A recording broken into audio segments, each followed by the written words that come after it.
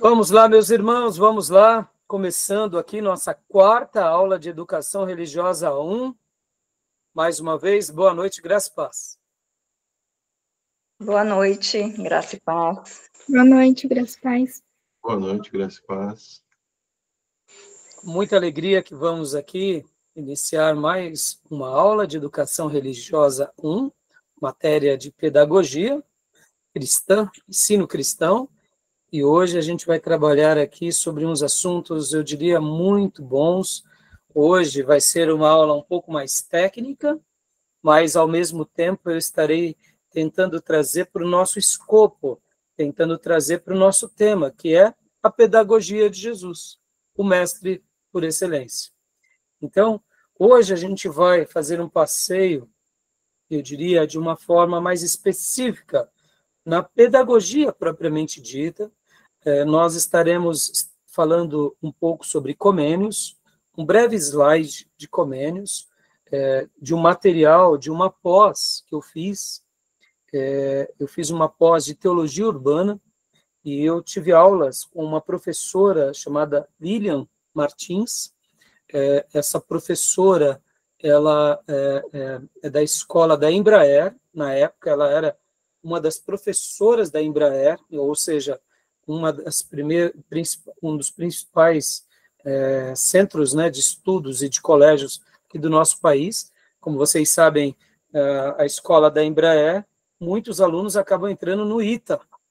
Então, olha só, eu tive aula com uma dessas professoras, né, que trabalhava ali, a docência da escola da Embraer, e ela nos deu aula de didática. Então, hoje eu vou estar utilizando aqui parte do material dela. E como a pedagogia, o ensino, ele deve ser algo assim, como vocês aprenderão aqui no material que eu selecionei, a gente tem que viver aprendendo.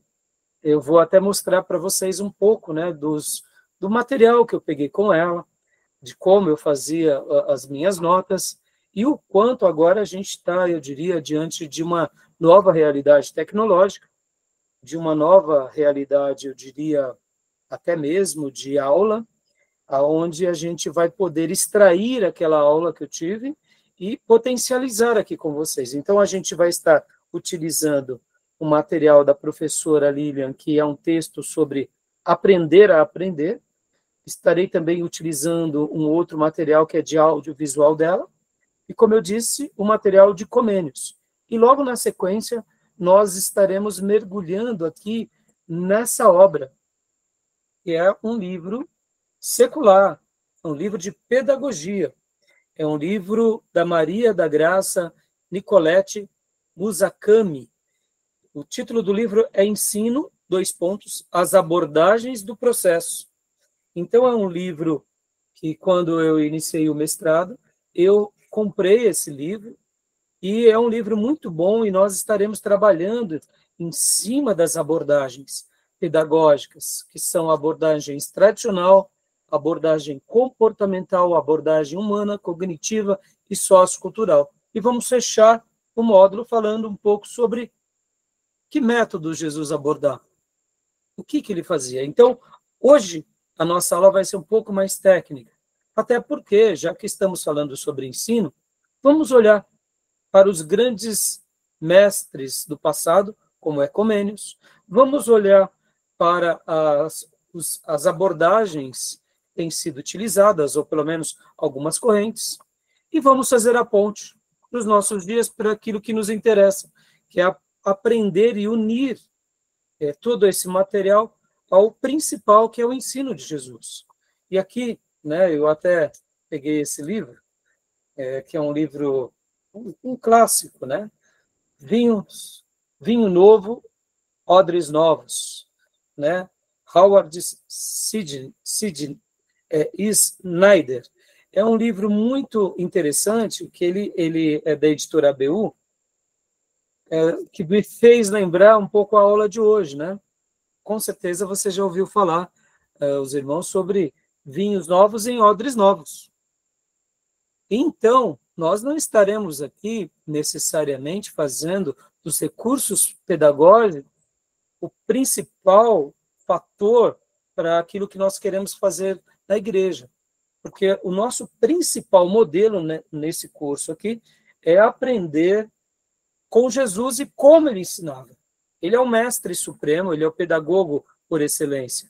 Por outro lado, nós não podemos desprezar que ao longo desses séculos muitas coisas aconteceram.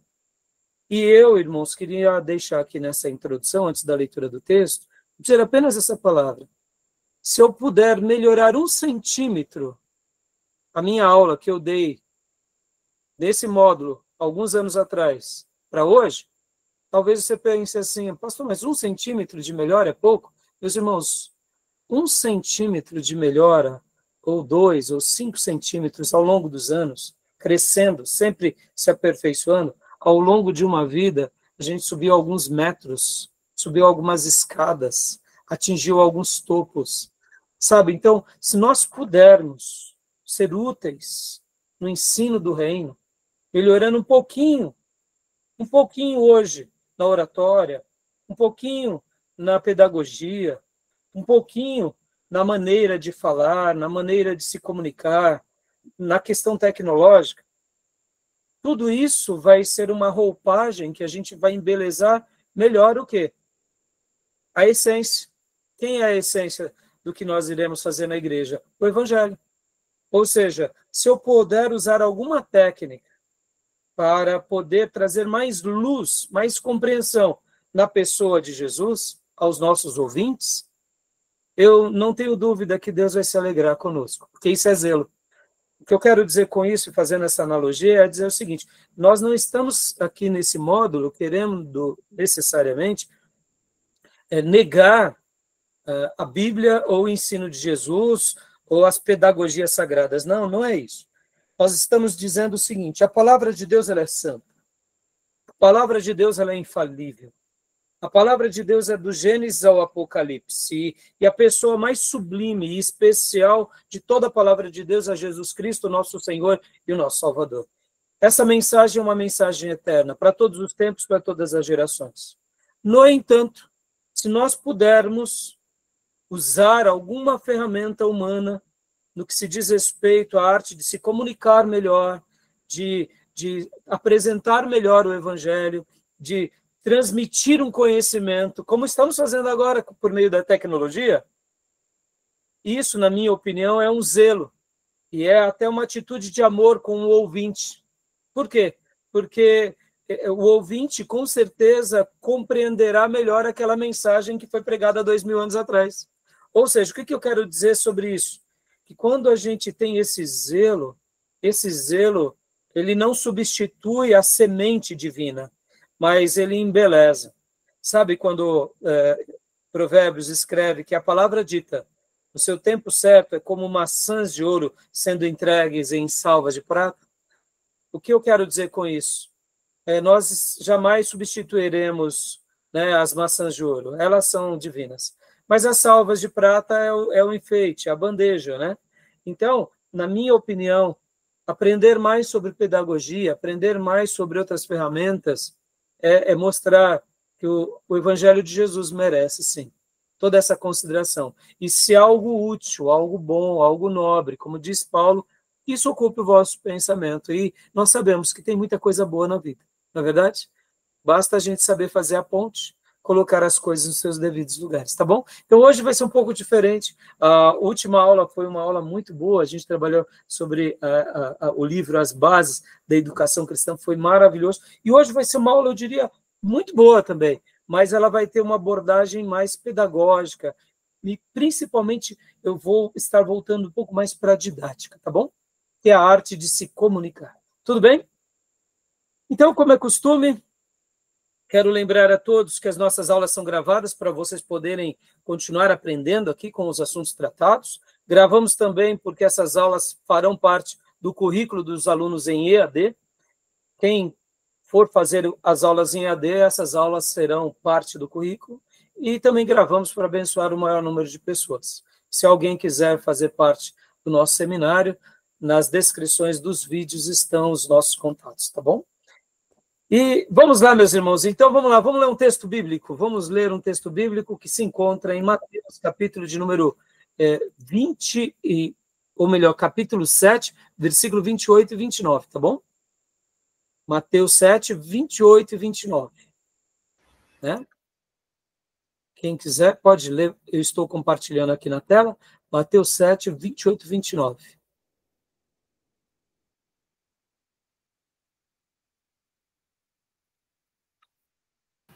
Vou ler então. Por favor. É a autoridade de Jesus.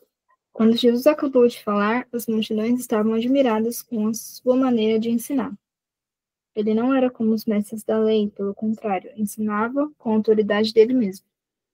Amém. Todos ficavam admirados com o método de ensino de Jesus. E quando há pouco eu falei para vocês sobre isso, sobre se nós pudermos melhorar 1 centímetro em algo, parece pouco, irmãos, mas 1 centímetro ao longo do tempo faz toda a diferença, em escala. Quando a gente melhora um pouco em qualquer situação, a gente glorifica mais a Deus, porque nós estamos demonstrando zelo com aquilo pelo qual estamos fazendo. Então, Jesus, ele realmente ensinava com autoridade, como aprendemos na semana passada, a mensagem era uma só. Ele era a mensagem viva. Ele fazia valer.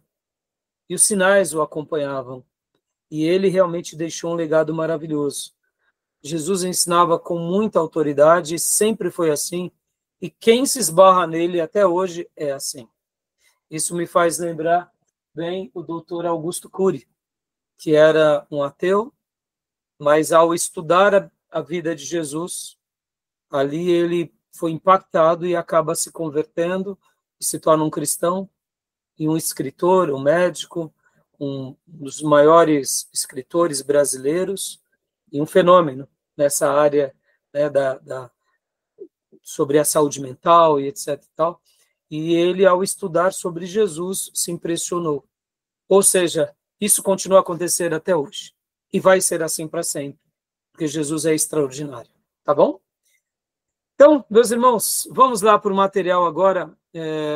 Eu acabei não publicando, né? Desculpem, eu acabei esquecendo de publicar. Graça e Paz, Júnior. Graças a Deus, boa noite a todos. Boa noite. Eu não publiquei, está na minha tela, eu acabei esquecendo de publicar, né? O texto, Mateus 7, 28 e 29, né?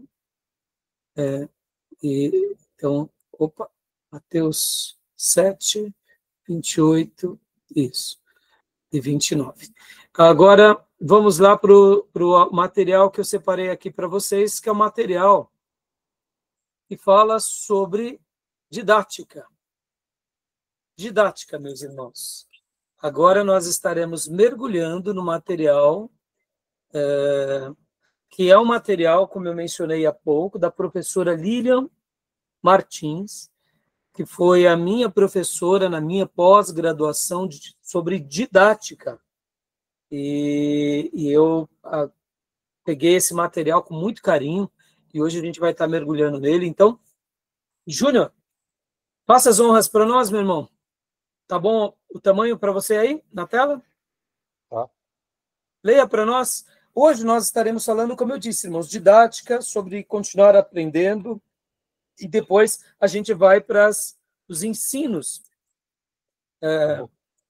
das abordagens, eu diria, as principais abordagens, ou pelo menos algumas delas, tá bom? Meus irmãos, quem desejar se aprofundar mais sobre esses temas, naturalmente, eu recomendo, né, fazer a faculdade de pedagogia, porque hoje a gente só vai dar uma pincelada no que é tratado, tá bom? Nossa proposta aqui é trazer mais para o nosso foco, que é o ensino religioso, né, o ensino da igreja, tá bom? Mas quem tiver a oportunidade de fazer pedagogia, naturalmente, como eu disse, vai crescer muitos centímetros, tá bom? Por gentileza... Vocábulo didática deriva da expressão grega tekne didaké. Se traduz por arte ou técnica de ensinar. Dá uma pausa, Júnior, por gentileza, né? Então, a palavra didática, ela é a técnica de ensinar. Parece algo simples, não? Lembra que semana passada eu peguei aqui o material do Spurgeon, Deixa eu pegá-lo novamente. Aqui. Eu me recordo, irmãos, como eu aprendi com esse material, lições aos meus alunos. Por que eu estou falando sobre isso? E por que eu peguei esse livro só para ilustrar aqui? A arte de ensinar. Você já deve ter ouvido falar que Spurgeon ele era o príncipe dos pregadores, não é? Que Spurgeon ele se tornou o maior dos pregadores, ou pelo menos um dos principais pregadores na história do cristianismo.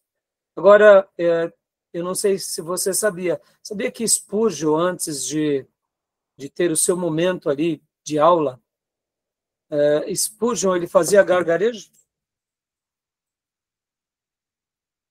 Ele fazia um tipo de aquecimento vocal? Sabia disso? Sabia que Spurgeon, muitas vezes, na medida do possível, antes de pregar, ele ia nas igrejas, dias em que a igreja estava sozinha, e ali ele testava o som da sua voz nas paredes, no teto, no ambiente? Sabia disso? Aí talvez você diga assim, pastor, mas isso é ferramenta humana. Meus irmãos, isso tudo é o zelo de um servo de Deus que quer fazer o melhor para o seu Deus. Lembra que eu falei dos centímetros há pouco?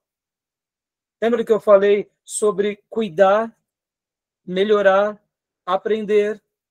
Percebam, olha como é rico a nossa devoção. Spurgeon contam que certa ocasião ele foi visitar, certa ocasião ele pregou numa igreja, e aí ele pregou naquela igreja e depois de algum tempo ele conheceu uma pessoa que tinha se convertido. E aí ele ficou surpreso, porque na ocasião em que ele pregou nessa outra igreja, não houve decisões favoráveis a Cristo. E aquele rapaz disse para ele, sim, não foi quando você foi propriamente dito pregar, foi quando você foi visitar a igreja para fazer o teste vocal de como a sua voz chegava. Aí o Spurgeon olhou mais assustado ainda, porque ele falou assim, mas só estava eu e o pastor. E aí o irmão disse, não, mas eu estava arrumando o telhado. E quando você gritou, ele é o Cordeiro de Deus que tira o pecado do mundo, por várias vezes, Spurgeon enchia o peito e falava, porque, irmão, vocês têm que lembrar que os dias de Spurgeon não tinha microfonia, não tinha microfone. Tanto é que nos dias de Spurgeon, um pastor que não tivesse peito, falasse alto, ele não era convidado a ser pastor. Entendeu? Olha, parece bobeira, né? Hã? Não tinha nem energia elétrica. Exato, era a lamparina. Inclusive, Spurgeon faz menção, Júnior, de muitas vezes da dificuldade que era de ler, muitas vezes no inverno. E colocavam as lamparinas, ele falava assim que ficava suando, muitas vezes, ou em dias quentes, né, ou nas noites. Então, assim, as dificuldades eram imensas. E percebam, a arte de ensinar parece ser simples, mas, irmãos, ela é muito complexa em todos os setores, para um pregador, e não seria diferente para um professor. Então, eu estou fazendo esse acréscimo aqui, histórico, e até testemunhando sobre Spurgeon, e mostrando aqui lições aos meus alunos, porque, irmãos, nas 3 obras de Spurgeon, volume 1, 2 e 3, ele nos dá tantas dicas sobre como, o que fazer e o que não fazer, que é maravilhoso. Ou seja, percebam, é o que eu disse há pouco, se nós pudermos aprender e melhorar um pouquinho a mais a cada dia, ao longo de alguns anos, subimos vários degraus, subimos vários metros, escalamos várias montanhas, atingimos vários topos. E tudo isso será traduzido em louvores e glória ao Senhor. E eu não tenho dúvida que quando a gente faz isso com a motivação correta, o nome do Senhor é glorificado, tá bom? Então aqui, a didática é a técnica de ensinar. Vocês já tiveram aula com um professor que ele era um gênio, mas ele não sabia passar o conhecimento? Não é horroroso? Acho que já. Eu já tive, Beatriz. Eu já tive aulas com professores que eram gênios, mas eles não tinham controle da classe, eles não tinham autoridade da classe, ou não sabiam se comunicar, era muito difícil. No seminário eu também tive poucos professores assim, mas eu tive muita dificuldade, inclusive, com uma professora, porque ela era de uma genialidade, mas ela falava quase a língua dos anjos. E eu falava, professora, tipo assim, desce, porque eu estou aqui, não estou te compreendendo. Em outras palavras, a didática dela era muito difícil.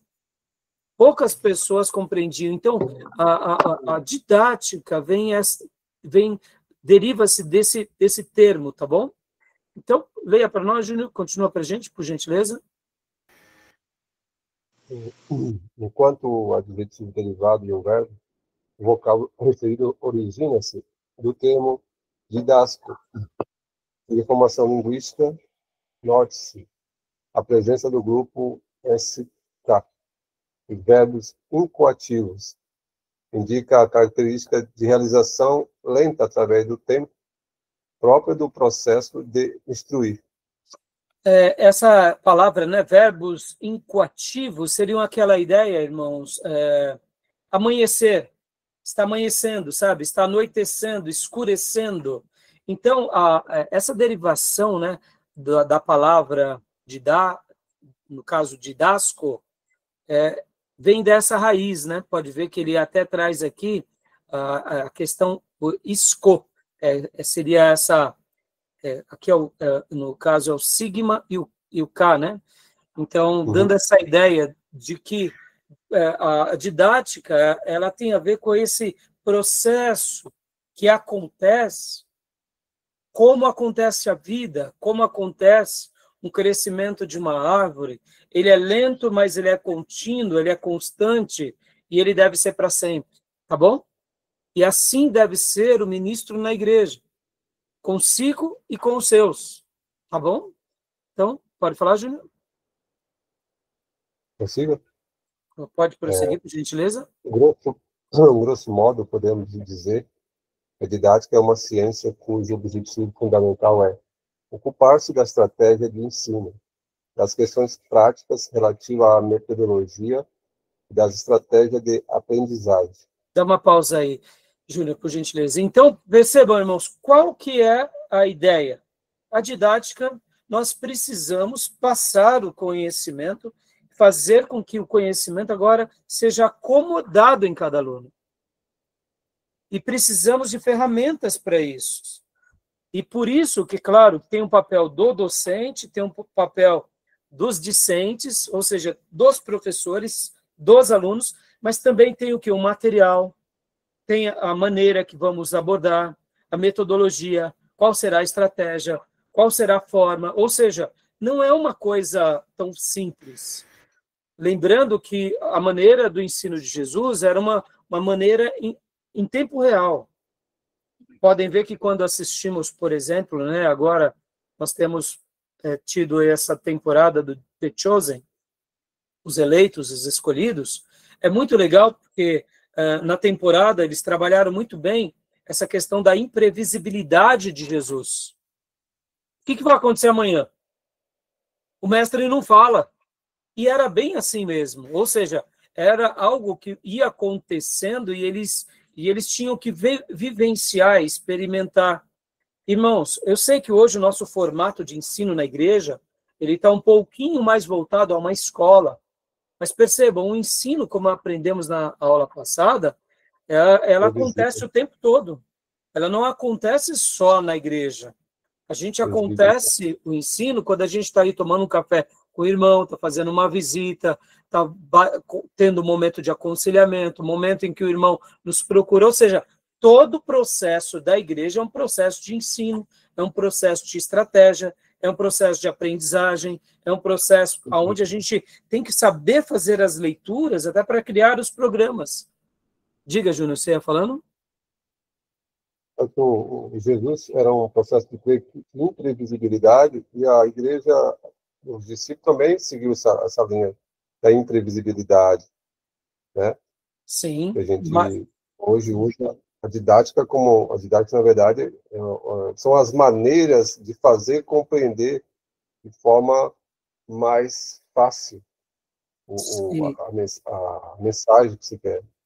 ensino. Isso não omitia o lado mais acadêmico, que era o quê? Estudar a palavra de Deus, orar, lembram?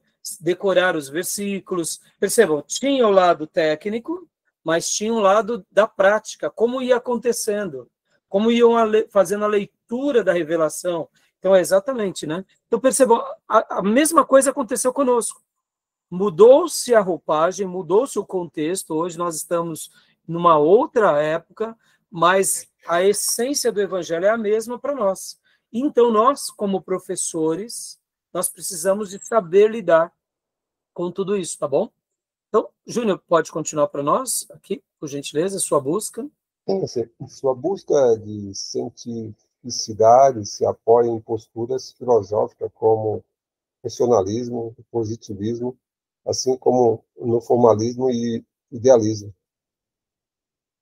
Sintetizando, poderíamos dizer que ela funciona como elemento transformador da teoria na prática.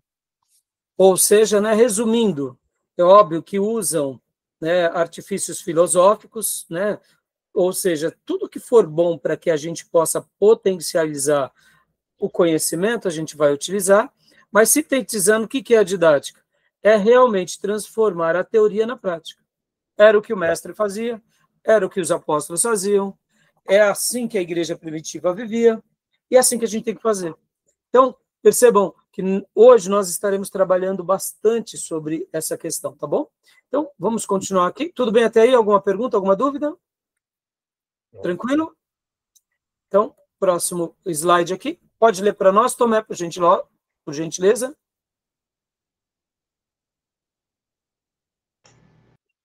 As obras de Hugo de São Victor, erudito didascaliano, é isso? Isso. Não, Didascalia no século XII, de Juan Luís Vives, de Disciplines, no século XVI, e de Wolfgang Rettke, Apollon Didaxi. Peraí, tá tudo confuso aí. Estão associados aos primeiros tratados sistemáticos sobre o ensino. Dá uma pausa aqui. São nomes estrangeiros, né? Também é normal, né? Normal. Então, de fato, é isso mesmo. Aqui, a professora Lilian, ela quis destacar o seguinte: diante de falarmos de Comênios, já que ele é considerado pai da pedagogia, ou pai da didática, ou pai do ensino, no nosso novo formato, como conhecemos até hoje, então existiam outras obras. Ou seja, existiam pensadores que ensinavam, que transmitiam conhecimento, que sabiam colocar a teoria na prática, ou seja, existiam. No entanto, agora, pode continuar, Tomé? Entretanto. Entretanto, com Comênio, através de sua didática magna, escrita no século XVII, e considerada marco significativo no processo de sistematização da didática, que esta se populariza na literatura pedagógica. Ou seja, ele era um pastor, um puritano, e ele faz essa obra, e essa obra vira literalmente algo que é o fundamento de toda a didática e de toda a pedagogia moderna, tá bom? Então, continuando aqui, pode continuar lendo para nós um pouquinho de quem foi ele. Percebam, irmãos, quem tiver a oportunidade de ler, né, a obra de Comênios, então, por gentileza, né, vejam, por gentileza, notem e apreciem, tá bom? Então, pode continuar lendo para nós, por favor. Jan Amos Komensky, em português Comênios ou Comênio, 28 de março de 1592 a 15 de novembro de 1670, foi um professor, cientista e escritor checo, considerado o fundador da didática moderna. Propôs um sistema articulado de ensino, reconhecendo o igual direito de todos os homens ao saber. O maior educador e pedagogo do século XVII produziu obra fecunda e sistemática, cujo principal livro é a Didática Magna. São suas propostas: a educação realista e permanente, método pedagógico rápido, econômico e sem fadiga, ensinamento a partir de experiências cotidianas, conhecimento de todas as ciências e de todas as artes e ensino unificado. Então, aqui a didática magna, chamada, né, a obra dele, é uma das, é óbvio que ele escreveu outras obras, né, irmãos? Mas percebam que qual que era a síntese dele? É a educação realista e permanente. Percebam, irmãos, hoje a gente vai falar, né, como eu mencionei há pouco para vocês, vamos estar utilizando aqui a obra da Mizukami, que é uma grande pedagoga. Por outro lado, a gente vai falar sobre as abordagens que existem, tanto a abordagem tradicional, comportamental, a abordagem humana, cognitiva e sociocultural. Mas percebam que Comênios, a proposta dele lá atrás já era uma abordagem, eu diria, que já é o útero de tudo isso que se gera, né? Tudo isso que é desenvolvido e tudo isso que vem sendo criado, que é uma educação realista e permanente. Um método pedagógico rápido, econômico, sem fadiga, ensinamento a partir de experiências cotidianas, o conhecimento de todas as ciências e de todas as artes e ensinos unificados. Tá bom? Tudo bem até aí? Alguma dúvida? Alguma pergunta? Não? Tranquilo? Então, Tomé, por gentileza, né? O próximo slide. A didática hoje. O papel da didática na formação de professores foi muito bem tratado por Cipriano Lucchesi, e alguns conceitos que seguem são um resumo de seu pensamento sobre o tema. A didática, para assumir um papel significativo na formação do educador, não poderá reduzir-se e dedicar-se somente ao ensino de meios e mecanismos pelos quais desenvolver um processo de ensino, aprendizagem, e sim deverá ser um modo crítico de desenvolver uma prática educativa, forjadora de um projeto histórico, que não será feito tão somente pelo educador, mas por ele conjuntamente com o educando e outros membros dos diversos setores da sociedade. A didática deve servir como um mecanismo de tradução prática no exercício educativo de decisões filosófico-políticas e epistemológicas de um projeto histórico de desenvolvimento do povo. Ao exercer seu papel específico, estará apresentando-se como um mecanismo tradutor de posturas teóricas em práticas educativas.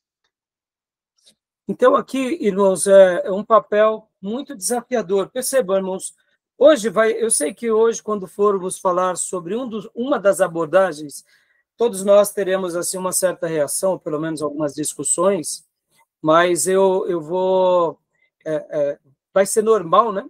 Porque a gente vai estar trabalhando aqui sobre essas abordagens que eu falei há pouco, e sobre uma delas a gente vai ter uma certa reação por causa, eu diria, de um acontecimento muito frequente nos nossos dias, mas percebam, hoje nós temos um grande desafio no ensino brasileiro, né?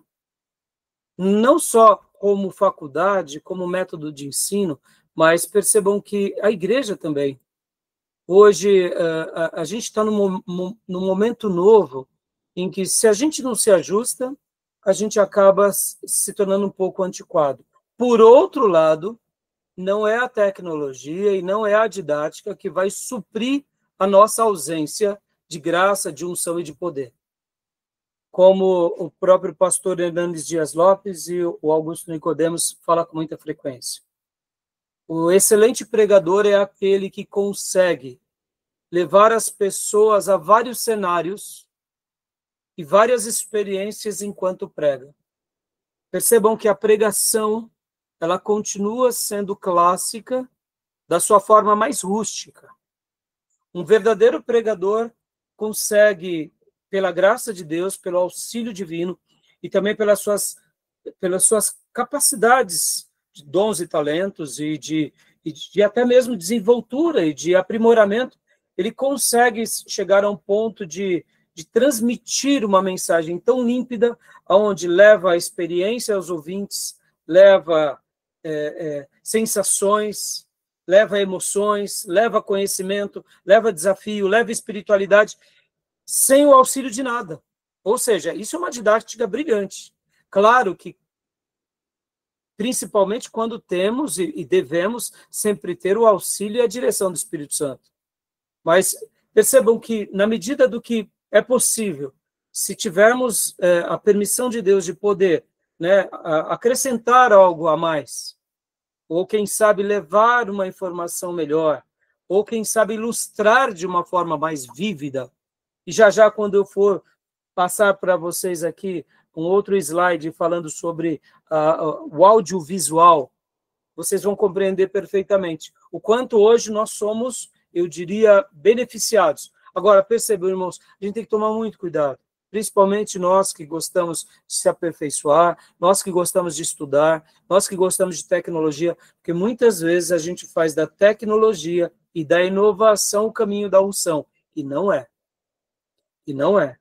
A tecnologia, ela é aquilo que também Paulo dizia quando ele falava que todas as coisas, tirando Cristo, para mim, eram adubo, eram esterco. Paulo não estava desconsiderando o passado dele, Paulo não estava desconsiderando a educação dele, mas Paulo estava colocando as coisas no seu devido lugar. E diante de Cristo, e diante do Evangelho, diante da palavra de Deus, nada se comparava. Ela era a divina semente e o resto era um esterco. Ou seja, era um adubo que só favorecia para que a divina semente crescesse mais e frutificasse mais. Mas o adubo não serve para nada se não tiver a divina semente. Então, hoje, a gente tem que tomar muito cuidado com relação a isso, porque estamos diante de um desafio. Mas temos um desafio e temos que nos aperfeiçoar, mas nós não podemos ir para caminhos humanistas. Assim como no passado, em nome do conhecimento, muitos teólogos, pastores, seminaristas se enveredaram para uma teologia liberal, em nome da razão. Assim, a gente tem que tomar cuidado também com o quê? Com a didática, com o ensino, com a tecnologia, com a emotividade. Percebam, irmãos, hoje nós sabemos qual é o tipo de música que toca mais nas emoções, que atingem mais a concentração das pessoas. Hoje, enquanto um pregador fala, é possível num telão colocar atrás dele uma figura, não só uma imagem, mas um filme. Ou seja, isso são ferramentas, mas isso não é o principal. Isso tudo acaba sendo esterco. Isso tudo acaba sendo adubo. Mas se não tiver a divina semente, nós estamos montando apenas mais uma religião. Quem sabe uma religião regada de ensinos humanos, mas sem o auxílio divino. Por isso que o verdadeiro evangelho, ele se basta. E quando temos algumas outras coisas a mais, servem como adubos. Tá bom, meus irmãos? Eu não estou aqui querendo dar um desprestígio à didática, à docência, à pedagogia. O que eu estou querendo dizer é o seguinte, que a didática, a docência, a pedagogia, ela tem uma utilidade maravilhosa nessa vida. Mas a didática, a pedagogia não salva ninguém. Quem salva é Jesus Cristo, quem salva é o Senhor, e é pelo Evangelho do Senhor, daquela forma que nos foi deixada, que transforma a nossa vida. Ponto final. Agora, diante dessa semente divina chamada Evangelho, a pedagogia, a didática, os recursos emocionais, os recursos audiovisuais, os recursos tecnológicos, a música e tantas outras coisas acabam sendo, eu diria, como eu falei, adubos para que essa semente continue crescendo e essa grande árvore do Evangelho continue frutificando para a glória de Deus. Tá bom? Então, tudo bem até aqui nesse slide? Alguma pergunta? Alguma dúvida? Pastor, essa parte que ele fala de vários setores da sociedade, ele está falando de extensão? Porque geralmente na faculdade tem, né, ensino, pesquisa e extensão. Que a extensão é quando é fora da faculdade, né?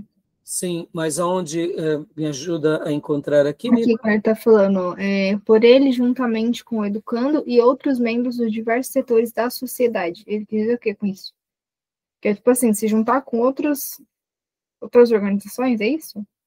É que aqui, na realidade, Beatriz, vamos ler todo o parágrafo para ficar a ideia melhor. Ó.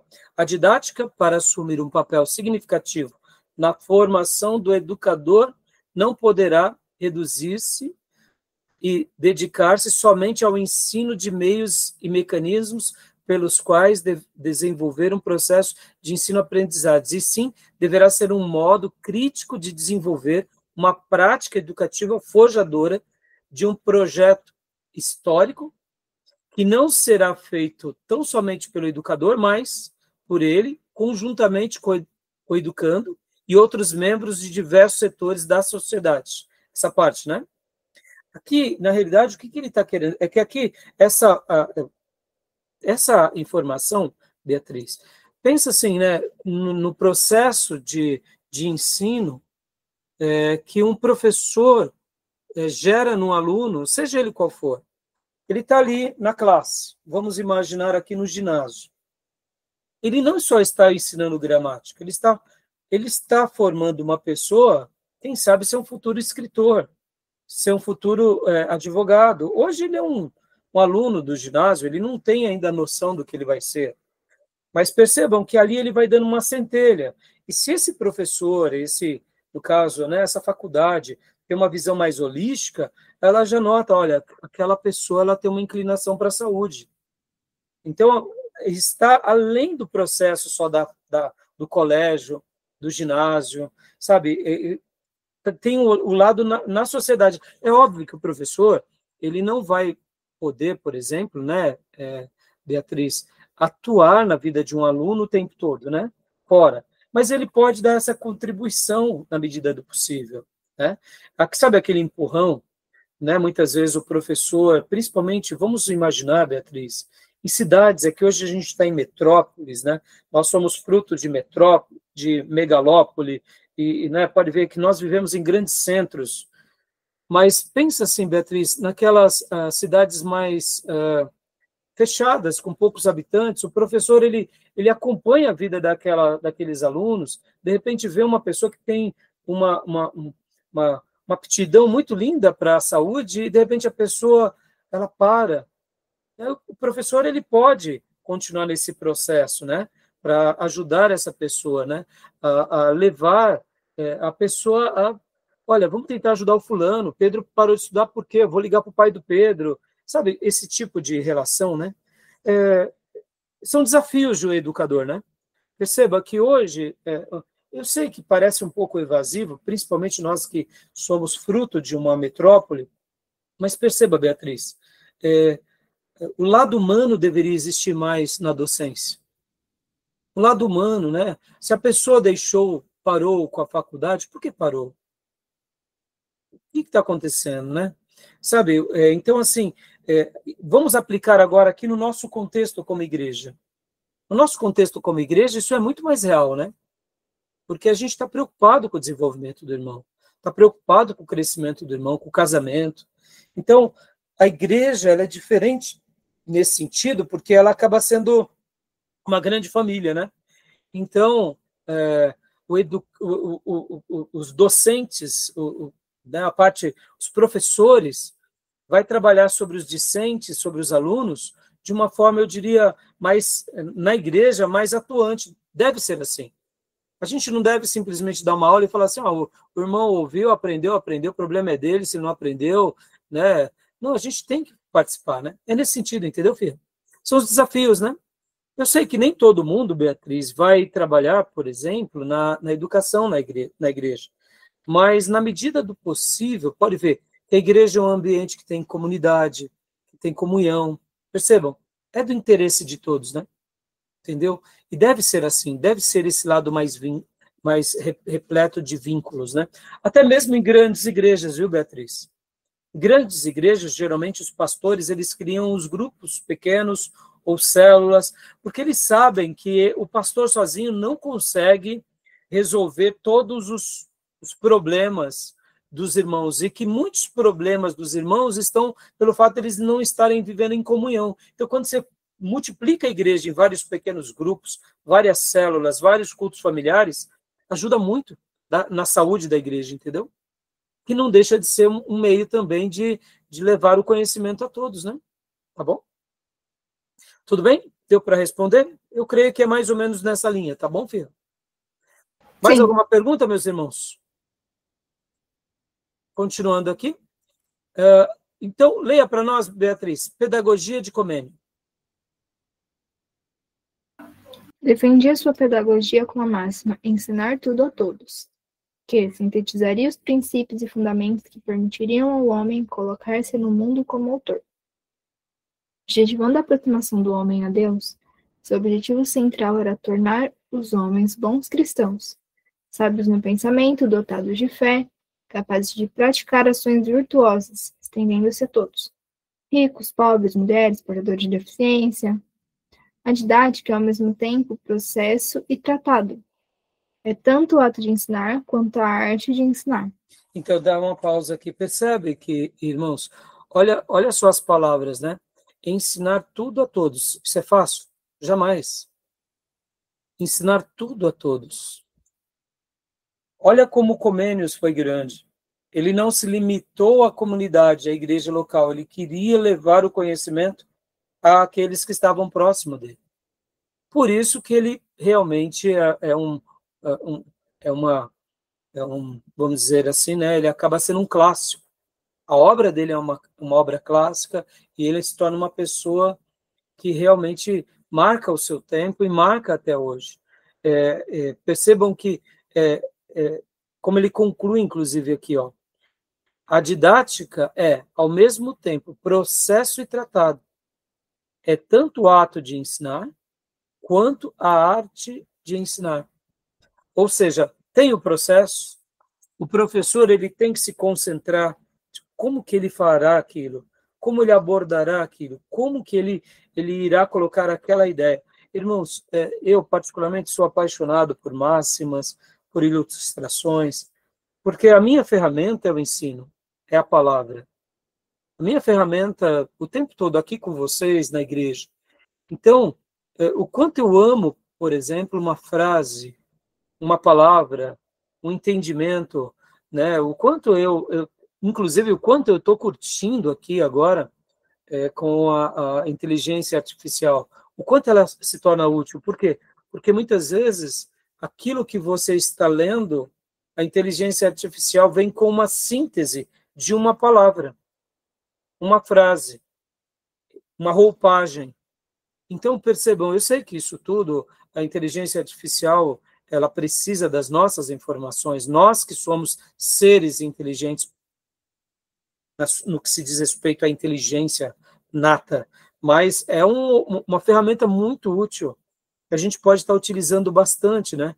Então, percebam que a arte de ensinar tudo a todos é tanto um ato quanto uma arte, é tanto um processo quanto um tratado, né? E quando falamos em arte, é naquela criatividade que nasce muitas vezes de forma espontânea. E uma das coisas que me apaixona é isso. Quanto mais eu me preparo, mais serão as ocasiões daquilo que nós faremos de forma de improviso. O improviso não nasce em nós por causa de algo que é genial. O improviso nasce em nós a partir do nosso exercício, da nossa dedicação e da nossa retenção no que estudamos. Quanto mais prolixo, quanto mais profundo, quanto mais dedicado eu me torno em qualquer área, o improviso vai acontecer. Por quê? Porque é como se o nosso potencial máximo atingiu. E agora, diante de uma certa situação, você improvisa. É instintivo. Muitas vezes nós achamos, né, por exemplo, quem gosta muito de música clássica, ou de blues, ou jazz, se fascina, muitas vezes, com um guitarrista, um saxofonista, um trompetista. Olha como ele improvisa, parece que ele nasceu improvisando. Não, meus irmãos. O improviso é o resultado final de uma montanha de dedicação. Ele fez tantas técnicas a vida toda, tocou tanto, convive tanto. Chega uma hora, quando precisa fazer algo, ele tem 3 opções, é instintiva, é que nem um esportista. podem ver, esses dias eu até vi recentemente, eu não sei se, me pareceu que foi na semana passada mesmo. Se eu estiver errado, vocês me corrijam. Mas o Cristiano Ronaldo fez um gol de bicicleta aos 40 anos de idade. Então, ele é a demonstração mais clara de um atleta em alta performance o tempo todo. É uma pessoa que se cuida até hoje, é um esportista de alto calibre, já está, né, velho pela idade dos esportistas, mas ele fez um golaço, se eu não me engano, nos Países Árabes, eu acho que ele está jogando um time árabe, um gol de bicicleta agora aos 40 anos de idade, meus irmãos. Pensa, né? Será que é fruto do acaso? Não. Isso é fruto de uma vida se dedicando ao esporte, condicionando o seu corpo, amando o que faz, e o improviso vem. Isso me faz lembrar também Martyn Lloyd-Jones, que Martyn Lloyd-Jones, ele comenta, né, no seu livro A Pregação e Pregadores, que ele sempre tinha um bloquinho de notas no bolso, com ele e uma caneta. Porque enquanto ele estava no parque e acontecia algo, ele anotava. E aí talvez você diga, mas por que Martyn Lloyd-Jones anotava? E ele explica. Ele anotava porque aquilo poderia ser uma ilustração maravilhosa em alguma mensagem dele. Em alguma mensagem dele, de repente, aquela criança que se jogou nos braços do pai, naquele dia, quem sabe no verão passado, poderia ser a ferramenta, né? Poderia ser aqui, no caso, o processo e o tratado, né? que iria preencher aquele espaço do sermão. E por isso que Martyn Lloyd-Jones foi considerado também um dos últimos puritanos do século passado. Um grande pregador. Percebam, irmãos, lembra que eu falei do esterco? Lembra que eu falei do adubo? Tudo que a gente fizer com a divina semente, Deus nos honrará. E Martyn Lloyd-Jones, inclusive, diz o seguinte, que quanto mais ele se dedicava ao estudar, ao fazer o sermão, ao se aplicar, na hora em que ele estava pregando, vinham coisas novas que ele, durante aquela semana, não tinha pensado nem escrito. E aí ele traduzia dizendo que aquilo Deus dava no púlpito e ele chamava de presente divino. E ele dizia, quanto mais aplicados formos, quanto mais dedicados formos na nossa piedade, na nossa devoção, na hora de ensinar, Deus nos dará presentes no púlpito. E aí ele dizia isso e eu faço das palavras dele as minhas.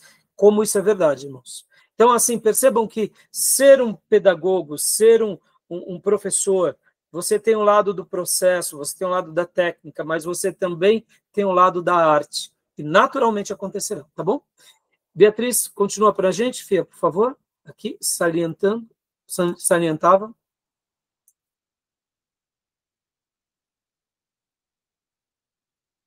Está bloqueado, Fia. Desculpa.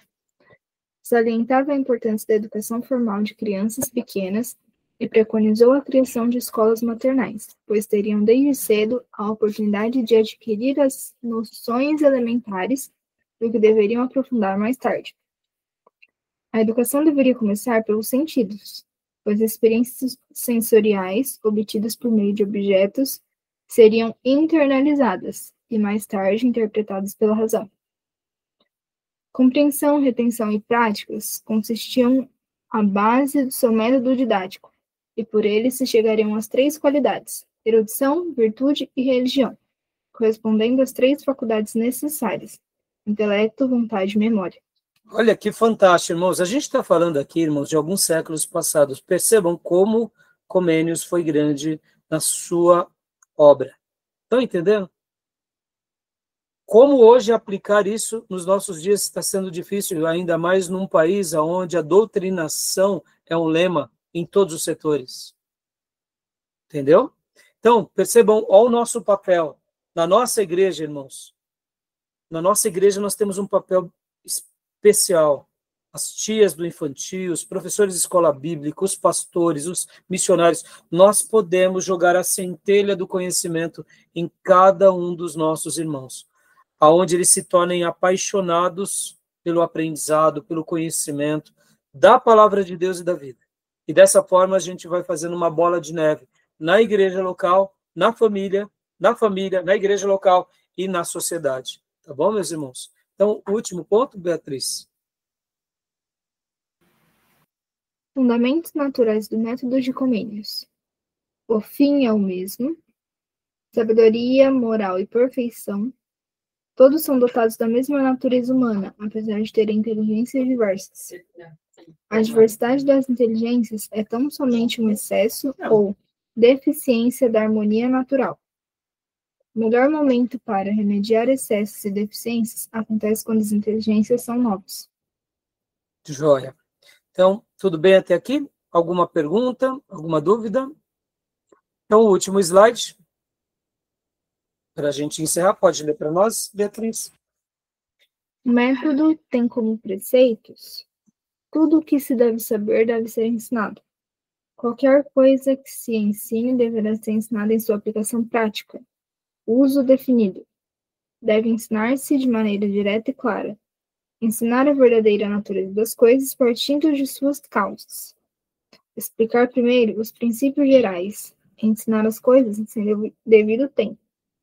Dá uma pausa aqui. Percebam que Comênios, irmãos, ele estava popularizando o conhecimento. Vocês têm que lembrar, irmãos, que até 1500 ali, até a imprensa, né, com Gutenberg, século XVI, né, finalzinho do 15º para o 16º, o que acontece? Só a corte tinha mais acesso ao conhecimento, só a nata da sociedade. Mas vem a Reforma Protestante, a Bíblia ela é impressa na língua de cada um do seu povo, é impressa em alemão, em inglês e nas demais nações ali na Europa, e agora ele está sendo um precursor do ensino de uma forma plena e de forma objetiva e simples, sem muitos rodeios, indo do mais simples ao mais complexo. Ou seja, perceba, é muito interessante e a obra dele deve ser considerada, tá bom? E continua para nós, minha irmã, por gentileza. A obra de Comênios é um paradigma do saber sobre a educação da infância e juventude, utilizando para isso um local privilegiado, a escola. Já a didática magna apresenta as características fundamentais da escola moderna, a construção da infância moderna como forma de aprendização dessa infância por meio da escolaridade formal. Até então, as crianças eram tratadas como pequenos adultos. Uma aliança entre a família e a escola, por meio da qual a criança vai se soltando na influência da órbita familiar para a órbita escolar. Uma forma de organização da transmissão dos saberes, baseada no método de instrução simultânea, agrupando-se os alunos, e a construção de um lugar de educador, de mestre, reservado aos adultos portadores de saberes legítimos. Joia. Tá bom, meus irmãos? Então, aqui, nessa síntese, é um slide, né? Esse daqui seria é como se fosse um desenho, né? Sobre os sentidos sentidos internos e externos, né? O toque, né? O cheiro, a audição, a visão, né? Os nossos sentidos, né? Internos e externos, que representam um pouco essa obra de Comênios, tá bom? Tudo bem até aí? Tranquilo? Acharam interessante? Você viu? É uma síntese sobre a didática magna, tá bom? E agora, para a gente ir para um outro material aqui, deixa eu pegar aqui com vocês, né? Como eu falei para vocês, ainda da professora Lilian, eu tenho um artigo muito legal que eu quero passar agora aqui para vocês, que é esse daqui. A gente só vai ler ele algumas linhas, e ele é bem objetivo também, ele mostra um pouco sobre tudo isso que nós falamos agora. Só que agora ele traz um pouco mais para nós, que pretendemos ser professores, pelo menos essa é a proposta nossa aqui, né, de ensinar vocês a serem os professores, né, de como passar as informações. Lembrando o que eu disse há pouco, irmãos, é muito difícil reter o conhecimento em nós e transmitir o conhecimento e acomodar o conhecimento no outro. Quando conseguimos fazer isso, eu diria que é uma das maiores recompensas de qualquer professor. Porque transmitir o conhecimento, como eu estou fazendo uma citação das palavras da professora Lilian. Transmitir o conhecimento já é algo maravilhoso. Poder passar algo a alguém já é maravilhoso. Mas quando nós passamos e aquele conhecimento é acomodado no ouvinte, é o grande momento, é o levantar do troféu de tudo que você passou. Porque o professor, ele passa, mas ele não sabe necessariamente se o ouvinte, se o aluno vai reter, vai acomodar. E essa palavra acomodar, eu aprendi com a professora Lilian, e eu gosto de usá-la todas as vezes quando eu estou dando aula aqui de Educação Religiosa 1 ou Educação Religiosa 2 ou 3. Acomodar o conhecimento. O grande desejo de Deus, podem ver para conosco, é o quê? É fazer com que o conhecimento divino seja acomodado no nosso coração, na nossa mente, e passemos a praticar de forma normal. Ou seja, a acomodação do conhecimento divino é a grande meta de Deus em nós. Então, nós, como pastores, professores, como obreiros, e fazemos uma abertura, irmãos, uma simples abertura, com todo respeito aqui, meus irmãos, não é uma simples abertura. Uma abertura pode ser, quem sabe, a mensagem onde prepara o coração da pessoa para ela se entregar a Cristo. Ou, quem sabe, pode ser o grande momento do impacto daquela vida. A abertura de um trabalho não é simplesmente algo pequeno, por ser rápida. Percebam, muitas vezes a gente não dá o devido valor ao que acontece. Tudo é muito importante. Vamos lá. Eu não sei se vocês gostam de escrever orações, mas na Bíblia tem orações escritas ou não tem? Tem. Poucas ou muitas? Muitas. Por que está lá escrita? Porque o Espírito Santo deixou escrita algumas orações e muitas outras não. Mas por que ele deixou escrito? Ali, irmãos, nada mais nada menos do que o próprio Espírito Santo dizendo o seguinte: olha, isso que acomodou no coração daquele meu servo, eu quero que você, meu outro servo, que estiver lendo, percebam, aqueles ouvintes que receberam o texto in loco, por exemplo, quando Ana ora, entregando Samuel, meus irmãos, aquela oração foi feita por Ana, ela dedicou Samuel, mas Samuel tomou conhecimento daquela oração anos depois. Quando? Quando ele estava agora registrando a própria história dele. Percebam, o Espírito Santo perpetuou uma oração, meus irmãos, para o próprio Samuel e para todos os ouvintes de Samuel, porque Samuel agora vai escrever a história do final dos Juízes e o início dos Reis. E eu te pergunto, você já foi abençoado por aquela oração? Percebam, uma simples oração na igreja não é uma simples oração. Quantas são as vezes que a gente, muitas vezes, não faz uma lição de casa até do que orar? Não estou dizendo que a gente vai fazer isso de forma mecânica, como uma reza. Mas percebam, são detalhes que nós, como transmissores de uma informação, ainda mais quando ela se trata de algo divino, todo zelo é importante. Talvez você não pense sobre isso, ou nunca esteve pensando sobre isso, mas isso é muito importante. O que eu vou pregar, ou vou fazer uma abertura? Sobre o que eu vou orar? Talvez, sabe, preparar o coração, irmãos. Não estou dizendo que necessariamente você vai escrever e vai fazer uma leitura robótica, como uma reza. Não é isso. Mas é dar o devido cuidado, porque uma abertura de um culto, uma oração, não é uma coisa simples. É um momento decisivo, onde Deus está falando por nosso intermédio. Está entendendo? Isso tudo é o processo de didática, é o processo de transmissão de conhecimento e é o processo de acomodação do conhecimento. Tá bom? Fechado?